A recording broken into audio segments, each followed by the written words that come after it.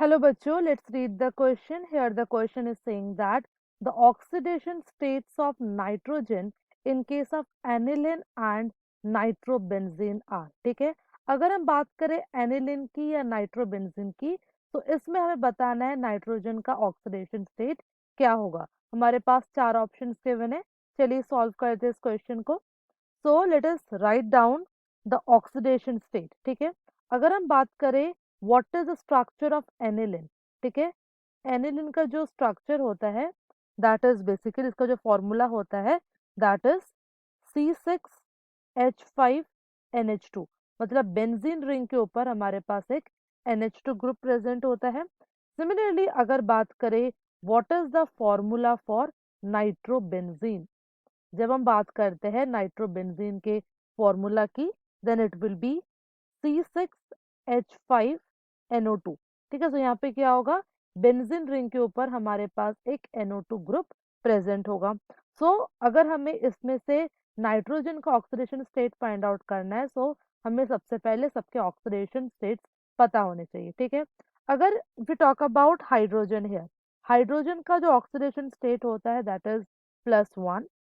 जब बात करें ऑक्सीजन की then the oxidation state for oxygen will be -2।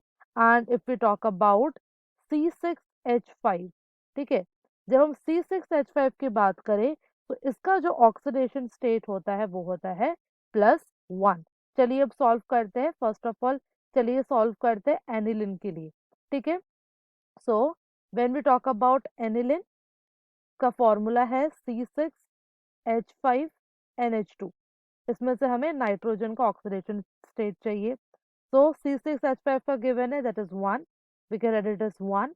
और नाइट्रोजन का हमें फाइंड आउट करना है so it will be N plus hydrogen H2 है, फॉर 1 इट इज 1।